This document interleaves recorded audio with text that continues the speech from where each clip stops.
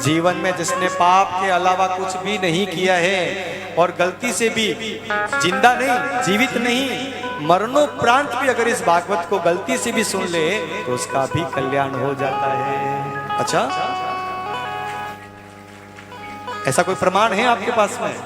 व्यास जी ने बताया, ये मानवा पाप कृतस्तु सर्वदा सदा दुराचार विमार्ग का गता क्रोधाग्निदग्धा कुटिलाश्च कामिना सप्ताह यज्ञेन कलो पुनन्ति ते। जो जीवन में मानव पाप के अलावा कुछ भी नहीं करता है, बात बात में जो क्रोध करने वाला है, कुटिल है, कामी है, गलती से भी जिसने कभी एक बार अगर इस भागवत कथा को एक हफ्ते के लिए, पूरा सप्ताह कथा एक आसन पर बैठ के सुन लिया तो महाराज उसका कल्याण हो जाएगा।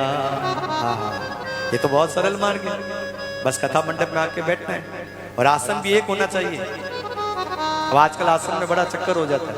व्यास जी ने तो कह दिया व्यासपीठ से एक आसन पर होना चाहिए। अब एक दिन एक माता जी कथा में थोड़ी सी देरी से आई, अब आगे की सीट थी, मिली नहीं, अब कथा में हट, बोले क्यों? बोले कल मेरा आसन था ये। व्यास जी ने कहा है ना एक आसन पर बैठना चाहिए। आसन का मतलब जगह का वो टुकड़ा नहीं है, कपड़े का वो टुकड़ा नहीं है। आसन का मतलब होता है बैठने की मुद्रा। आप स्थिर सुखासन होकर के कितनी देर तक बैठ सकते हैं, बिना हिले डुले कितनी देर बैठ सकते हैं, इसका नाम है आसन।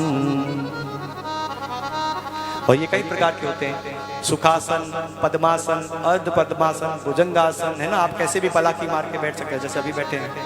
एक आसन में कभी नहीं बैठना चाहिए।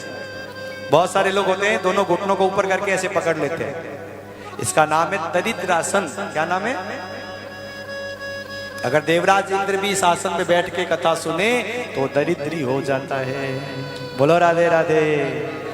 व्यास जी क्या करें, घुटने काम नहीं करते हैं, नीचे बैठ नहीं सकते, तो कोई बात नहीं है, आप ऊपर बैठ करके जैसा आपका मन करे, जैसा आपका शरीर साथ दे वैसा कर सकते हैं। हाँ, अगर आप स्वस्थ हैं तो कोशिश करिए सामने कथा के सामने नीचे बैठ कर कथा सुनिए। ज्ञान और जल हमेशा ऊपर से नीचे की तरफ आता है, तो आप नीचे बैठोगे तो आप ज्ञान गंगा में गोता खाओगे, ज्ञान के छींटे आप पे लगेंगे। और आप ऊपर बैठे रहोगे तो फ्लाइट में जाते हैं ना तो बादल नीचे रहते हैं, तो फ्लाइट के ऊपर कोई भी पानी वानी का असर नहीं होता, नीचे आने से होता है ना। तो आप नीचे बैठोगे, कथा पीठ के चरणों में बैठोगे तो आप पर वो ज्ञान के छींटे लगेंगे और ऊंचे रह गए तो रीते रह जाओगे। बोलो राधे राधे।